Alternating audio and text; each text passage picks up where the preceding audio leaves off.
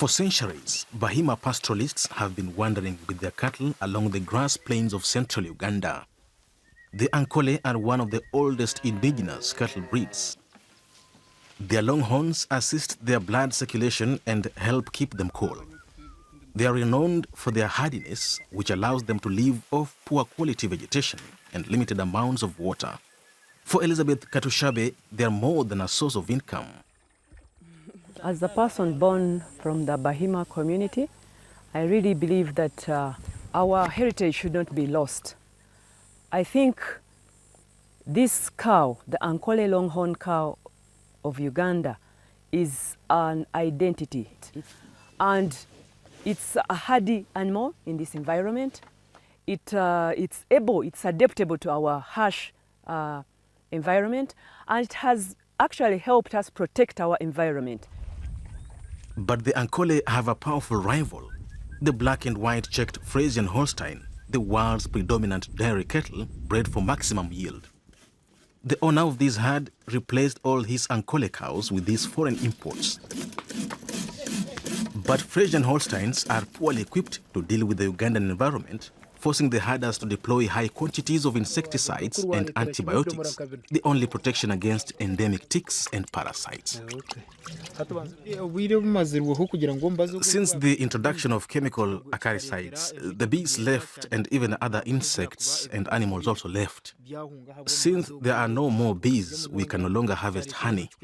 Also, many trees have been cut here to make space for the cattle. There used to be many trees and there were thick bushes, and thus bees used to have hiding places. As a member of the Ankole Cattle Conservation Association, Elizabeth Katushabe visits farmers across the country and explains why it is important to preserve their pure breeds. She convinced farmer Daniel Ndiamuhaki to reintroduce Ankole into his herds.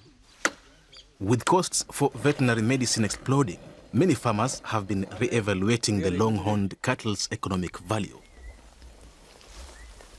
I realize it's psychology.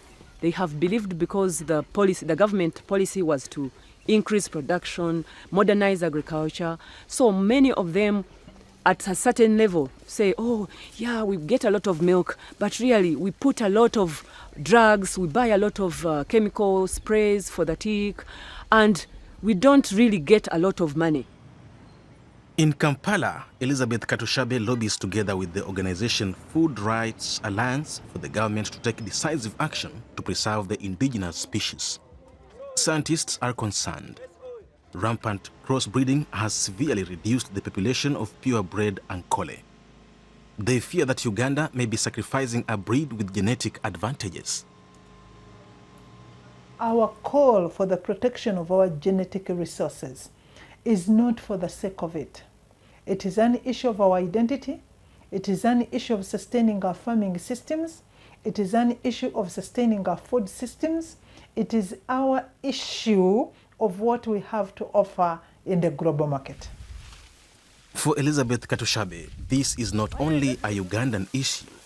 Across the continent, indigenous livestock species are vanishing.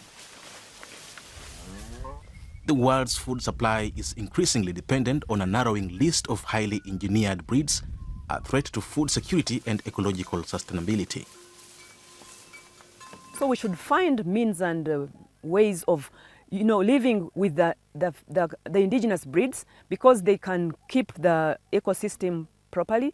So we should not only think about producing a lot of food, but we should think about what kind of food we are producing.